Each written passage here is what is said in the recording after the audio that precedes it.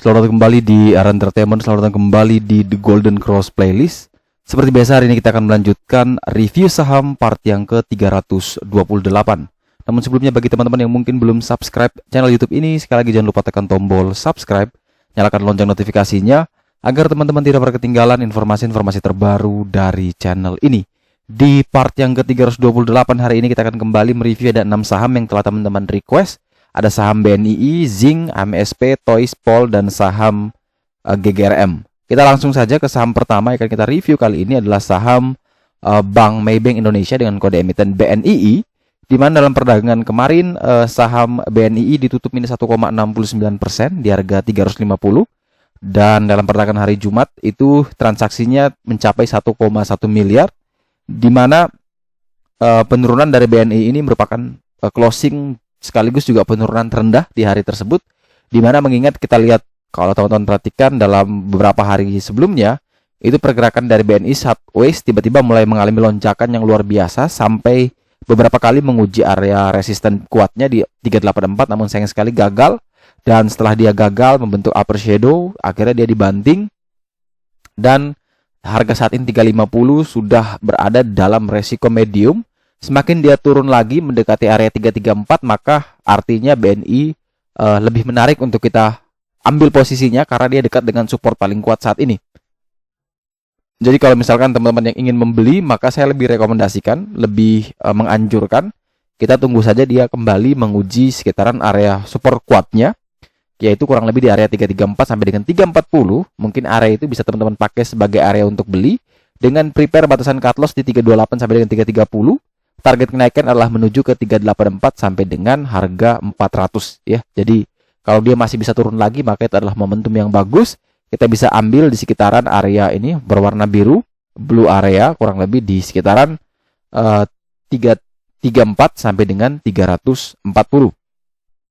Kalau kita perhatikan dari broker summary, memang di sini broker summary-nya menurut saya pribadi dengan posisi kayak seperti kemarin itu sudah mulai menarik ya. Artinya guyuran-guyuran tersebut sudah mulai kembali diakumulasi. Dan semoga ya ini lebih bagus lagi kalau dia bisa turun tambah lagi pas masuk di bawah 340. Itu resikonya sudah mulai terbatas dan pasti indikator dari The Golden Cross sudah menunjukkan bahwa low risk ya. Artinya dengan resiko terbatas kita bisa punya potensi reward yang besar. Toh kalau ternyata dia malah turun terus, kita sudah tahu di mana harus kita cut loss. Tapi setidaknya kita bisa ambil di level-level pentingnya, di level-level terkuatnya. Dan itu pada umumnya kalau berdasarkan yang saya lakukan setiap hari, bahwa memang PBL itu menjadi bantalan yang paling kuat ya dari sistem ini. Karena sekali lagi TGC ini bukan punya saya, tapi saya hanya sebagai apa ya, orang yang menyukai produk ini karena dulu juga saya mengenal dan saya merasa cocok sehingga saya selalu pakai. Dan dalam pengalaman saya 2 tahun memakai The Golden Cross, memang PBH itu menjadi momok menakutkan ya. Ketika dia tidak mampu menembus PBH, maka itu menjadi warning besar bahwa emitennya bisa akan dibanting luar biasa. Dan ketika dia bisa kuat bertahan di support, maka punya potensi besar dia bisa naik lebih tinggi. Jadi makanya saya kembali sekarang metodenya adalah saya mengambil di dekat-dekat support saja untuk trading saya nantinya. Tapi ketika pandemi mungkin sudah berakhir, pergerakan sahamnya sudah mulai normal, tidak terpengaruhi oleh sentimen lagi, maka ya saya lebih suka dengan buy on breakout ya. Jadi kalau dia breakout trend line, dia breakout resistance, itu saya lebih suka karena cepat ya. Ibaratnya itu kita tidak perlu nunggu sampai swing, tapi paling hari itu kita buy, hari itu bisa taking profit karena kita ambil selisih kecilnya. Dengan modal yang besar, tapi kita ambil misalkan modal 100 juta, sekali buy 2% saja sudah lumayan ya. Sudah dapat 2 juta rupiah per hari. Tapi itu sangat susah saya lakukan saat ini karena memang kondisinya sangat tidak memungkinkan. Ketika kita mau buy on breakout, ternyata ada sentimen jelek, langsung dibanting semua dalam sekejap ya. Tadi indeks naik kencang, tiba-tiba langsung dibanting, bisa naik lagi. Makanya dengan volatilitas seperti itu, saya cenderung mencari permainan yang lebih aman. Saya atur strategi ulang, yaitu dengan cara kita hunting di dekat-dekat support saja. Kita membatasi risknya kita lebih kecil, tapi kita tahu bahwa potensi rewardnya bisa lebih besar. Jadi untuk BNI sekali lagi, kalau bisa lebih aman adalah di sekitaran area 334 sampai dengan 340. Kemudian selanjutnya kita ada saham zinc, di mana saham zinc ditutup minus 0,73% di harga 136, di mana dalam perdagangan kemarin zinc pada umumnya cenderung setelah dia dibanting cukup dalam ya. Ini sepertinya 2 kali ARB dan setelah itu dia mulai sideways. Dan yang menjadi menarik adalah setelah dia dibanting parah, dia sideways, dia masih bisa bertahan di level pentingnya di 135 ya. Di atas level 135 yang mana itu adalah level PBL atau level support paling kuat untuk saham zinc. Jadi kalau teman-teman tahu yang biasa nonton saya pasti tahu screener saya adalah ketika sudah downtrend parah, dibanting begitu luar biasa dan trennya kelihatan sekali. Kemudian dia sudah mulai sideways dan sideways itu berada di atas PBL, maka itu masuk ke dalam screener saya dan masuk ke dalam watchlist untuk dipertimbangkan untuk dibeli. Kalau misalkan ada yang tanya zinc bagusnya beli di area berapa, maka saya akan jawab 135 sampai dengan 137 adalah area beli yang menarik untuk saat ini, dengan batasan cut loss di 130 sampai dengan 132, dengan target kenaikan adalah menuju ke 162 sampai dengan 180. Kalau kita perhatikan dari broker summary, menurut saya pribadi, entah kenapa dengan posisi atau komposisi seperti ini, saya yakin bahwa ini adalah komposisi yang menarik. Tapi entah benar apa salah, tapi berdasarkan apa yang saya pernah lewati di zinc ya, karena saya juga selalu pakai TP reading untuk di setiap emiten dan saya kenal betul karakteristik zinc. Dengan model komposisi seperti ini, maka ada kecenderungan bahwa zinc punya potensi untuk bisa terus melanjutkan kenaikan. Tetapi balik lagi ya, di market tidak ada satupun yang bisa benar, tidak ada satupun yang bisa meyakinkan bahwa memang kemungkinan 100% itu bisa terjadi, tapi mungkin probability-nya kalau misalkan ditanya ya mungkin 80-90% saya yakin bahwa ada kemungkinan besar dengan komposisi broker summary seperti ini zinc bisa technical rebound atau bisa mantul dari level support terkuatnya di 135.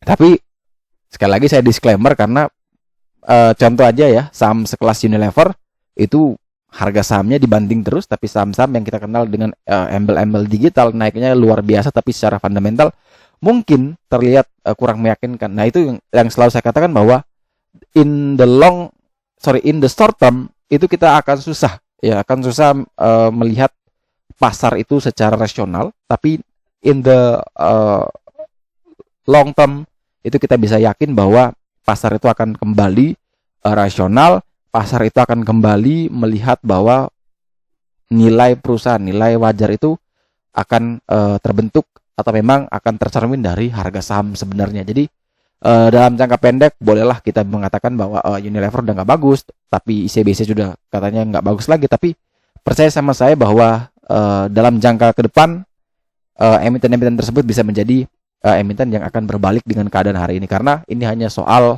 siklusnya saja. Mungkin ini bukan siklusnya dia, ini bukan saatnya, tapi pada saatnya maka saya yakin bahwa semua orang akan kembali memuji emiten-emiten tersebut, dan emiten yang sekarang ini dipuji pasti akan dihina-hina juga. Jadi bagi saya tetap ketika kita berada di market, kita harus bisa pandai ya, seperti bunglon.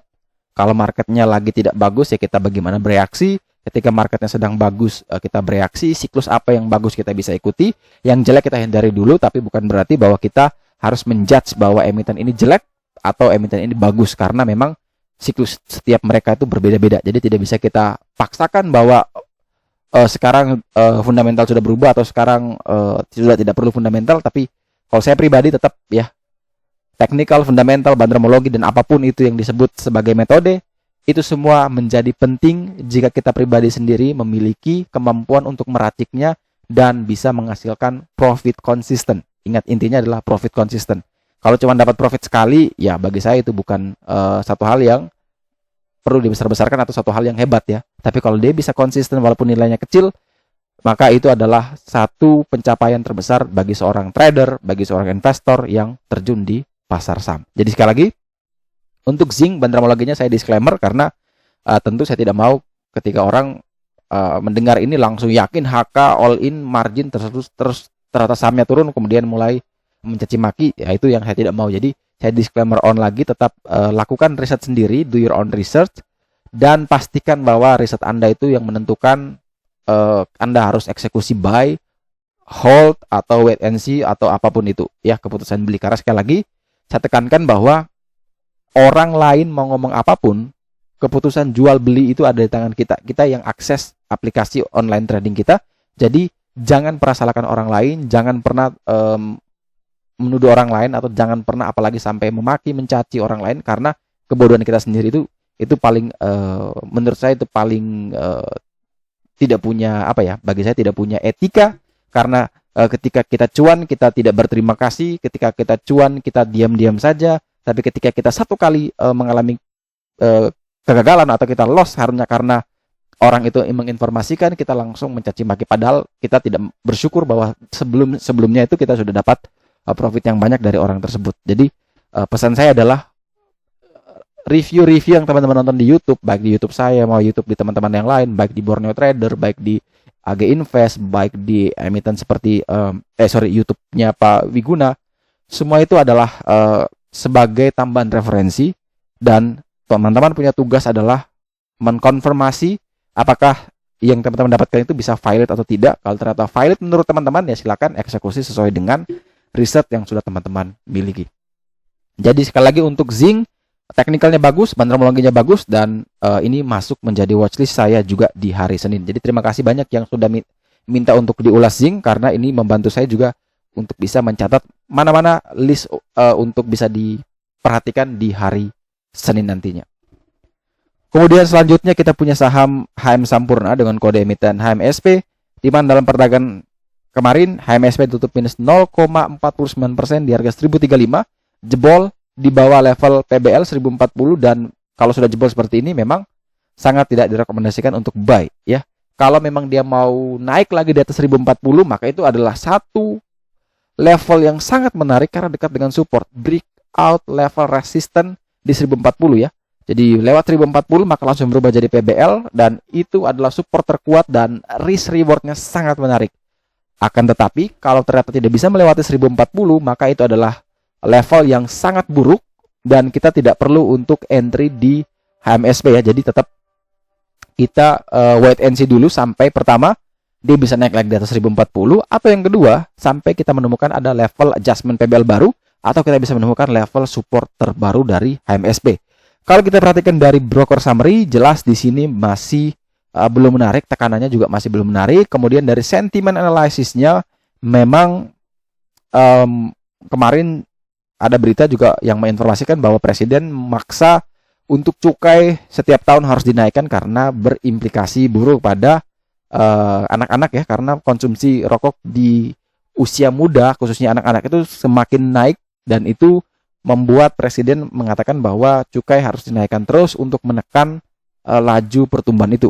Jadi ini mungkin akan berdampak pada pertama pendapatan mungkin di masa depan, tapi kalau sekarang kan belum, karena saat ini kita baca juga berita bahwa justru ketika pandemi seperti ini konsumsi rokok naik luar biasa, tercermin dari laporan keuangan juga sudah bagus, tapi dengan kenaikan cukai ini maka saya yakin bahwa ini balik lagi ke habit ya, kebiasaan, bahwa kalau ketika satu orang yang sudah menjadi perokok dari kecil, mungkin dari awal ketika harga rokok mau naik seperti berapapun, saya yakin bahwa tidak mungkin mengurangi konsumsi dari rokok tersebut ya. Pasti kita tetap akan terus membeli, walaupun memang kita harus mengurangi dalam artian bahwa mungkin awalnya bisa 1 bungkus, kemudian berkurang jadi mungkin 10 batang, 5 batang, tapi tetap konsumsi itu tetap ada. Jadi dalam beberapa tahun ke depan ya sektor ini memang masih menarik, walaupun banyak orang mengatakan bahwa ini sudah sebagai sunset industry. Tapi apakah HMSP hanya bergerak atau hanya mau fokus di rokok saja? Apakah nanti dia bisa melakukan diversifikasi usaha? Apakah dia mau mengikuti Philip Morris yang mengakuisisi perusahaan kesehatan di Inggris? Itu kita tidak tahu, farmasi di Inggris. Tapi balik lagi bahwa manajemen pasti punya cara, manajemen pasti memikirkan strategi-strategi terbaik agar perusahaannya itu bisa survive. Apalagi yang saya percaya bahwa ketika kepemilikan itu sudah di atas 90%, artinya perusahaan itu tidak mudah sekali untuk dilepas begitu saja, karena mereka sudah investasi cukup besar, dan saya yakin tidak mungkin dibiarkan begitu saja. Pasti ada cara-cara lain agar bisa meningkatkan kembali pendapatan bottom line dari HMSP juga itu sendiri ya. Jadi kalau sentimen memang tidak terlalu bagus, kemudian broker summary memang juga masih belum bagus, tapi ada indikasi mulai akumulasi, dan secara teknikal juga masih belum bagus ya. Jadi semuanya belum bagus, kecuali dia bisa naik di atas 1040, teknikal akhirnya bisa confirm bagus. Tapi kalau justru dia semakin turun, maka saya pribadi ya, ini pandangan saya pribadi, mungkin bisa salah, itu bisa menjadi catatan penting buat saya untuk mungkin bisa koleksi emiten ini HMSP. Pertama karena semakin dia turun, dividen yieldnya semakin besar ya. Di posisi hari ini dividen yieldnya sudah di sekitar 7% ya. Semoga dia bisa turun lagi. Ya saya juga berharap dia bisa di 800, mungkin 700, bahkan ada yang prediksi sampai 500. Itu bagi saya adalah ya kesempatan sih, karena dengan komposisi 92% Philip Morris, kemudian dengan perusahaan yang masih menguasai juga market share, kemudian dia juga sudah mulai beralih ke liquid, dan artinya dia masih punya pendapatan. Kalau dia bagi dividen yang sama, artinya yieldnya bisa hampir 2 kali lipat dari yield yang sekarang. Jadi menurut saya itu adalah sebuah deal yang menarik. Jadi kalau dia semakin terus ya makin turun, ya itu adalah peluang sebenarnya. Tapi sekali lagi bahwa setiap orang punya riset sendiri, setiap orang punya keyakinan. Jadi jangan pernah kita memaksakan apa yang orang punya dengan apa yang kita inginkan. Jadi saya selalu berprinsip bahwa orang lain boleh ngomong apapun tentang emitennya, tapi kitalah yang menentukan apakah emiten ini bisa kita beli atau tidak. Jadi harus bisa jadi smart ya. Jadi jangan hanya telan mentah-mentah apa yang orang katakan, tapi kita harus do your own risetnya. Kita harus belajar untuk mencari tahu benar nggak sih emiten ini bagus atau tidak ya, baik secara teknikal maupun secara fundamental. Kemudian saham selanjutnya adalah saham Sunindo Adi Persada dengan kode emiten TOIS, di mana dalam perdagangan kemarin ditutup naik 3,08% di harga 67 dengan turnover kurang lebih sekitar 577 juta. Dan kalau kita perhatikan emiten ini sideways ya, ini kecil sekali range-nya. PBH di 79, PBL di 65, dan dia berhasil bangkit dari level super terkuatnya di 65 dan closing di 67. Dan menurut saya pribadi ini adalah level yang masih menarik selama dia bertahan di atas 65. Jadi kalau dia jebol di bawah 65, kita cut loss dulu di 60, 62, 63. Tapi kalau bisa kuat dan bertahan di 65, maka silakan bisa pertimbangkan entry buy 65 sampai dengan 67. Target kenaikan ke 79. Kalau 79 itu berhasil ditembus, maka punya potensi ke 126. Tapi sekali lagi ingat disiplin trading plan-nya. Kalau kita perhatikan dari broker summary, memang ini menurut saya menarik secara volume ya, tapi kalau secara susunan broker summary tidak bagus. Tapi secara volume memang ini ada sebuah indikasi bahwa terjadi pembelian yang masif, dan biasanya nih ada kemungkinan masih bisa lanjut kenaikan, tetapi akan membentuk shadow ya. Ini jadi tetap hati-hati, jangan asal beli atau jangan asal kejar-kejar emiten yang sedang terbang. Takut teman-teman bisa nyangkut ya. Kunci penting untuk TOIS adalah kalau memang dia bisa kuat dan bertahan di 65, maka aman. Jebol di 65 wajib cut loss di sekitaran area yang tadi sudah diinformasikan. Kemudian saham selanjutnya adalah saham Pollux Property Indonesia dengan kode emiten POL, di mana saham ini ditutup naik di 3,11%, di mana kalau kita perhatikan bahwa di RTI ya, data RTI yang sudah saya coba screenshot, saya coba lihat di sini ada notasi khusus dari saham ini, di mana ada notasi khusus M, L, dan X ya, di mana M itu adalah moratorium of debt payment, kemudian ada L, late submission of financial report ya, di mereka masih belum melaporkan laporan keuangannya. Kemudian ada securities in special monitoring, sepertinya ada pemantauan khusus ya untuk emiten ini. Dan tadi debt payment ya, mungkin ada obligasi atau apapun yang mungkin masih dalam negosiasi, dalam waktu dekat mungkin sudah jatuh tempo tapi masih dalam negosiasi. Dan ini 3 notasi ini biasanya bisa menjadi warning awal buat kita sebagai investor untuk mau entry ya. Tapi kalau trader jelas tidak terlalu memperhatikan itu, murni dia lihat trennya. Kalau secara tren dari POL ini memang uptrend ya, ini middle trend, sudah uptrend semua, dan dia masih bermain dalam tren yang begitu sempurna. Karena teman-teman perhatikan di garis ini ada 3 garis, dia masih bermain begitu cantik dan sekarang dia sedang tertahan di level trendline bawahnya atau yang kita sebut dengan gray line bawah, yaitu kurang lebih di 3794 ya. Ini adalah gray line bawah. Kalau jebol di bawah itu maka jelas itu artinya patah tren. Jadi kalau misalkan teman-teman yang ingin membeli Pol, silakan pertama pastikan bisa kuat minimal di atas 3794 sampai dengan 3890 ya. Karena 3890 ini adalah level PBH, yaitu level resisten terkuat yang mana kalau misalkan kita kenal pada umumnya, namun karena harganya sudah melewati PBH tersebut, maka PBH sudah berubah menjadi level support terkuat. Itu poin pertama, dia masih aman, punya satu bantalan di 3890. Kalau jebol di bawah 3890, dia masih punya bantalan kedua yaitu di 3794, yang mana itu merupakan area trendline bawah. Jebol di bawah itu artinya dia patah tren dan punya potensi penurunannya bisa dalam ya, bahkan bisa sampai ke 2900. Jadi hati-hati karena memang di level ini merupakan level yang menurut saya sudah sangat tinggi, walaupun kita tahu bahwa Pol itu sempat ke area 11 ribuan bahkan sampai 12 ribu mungkin. Jadi tetap hati-hati, jangan sampai teman-teman terjebak oleh kenaikan yang signifikan, kemudian kita terlalu terlena dan pada akhirnya kita nyangkut dan akhirnya kita mulai pusing sendiri ya. Jadi tetap hati-hati. Kalau dari broker summary, jelas ini broker summary-nya cukup bagus, didominasi oleh satu saja yang menurut saya bagus.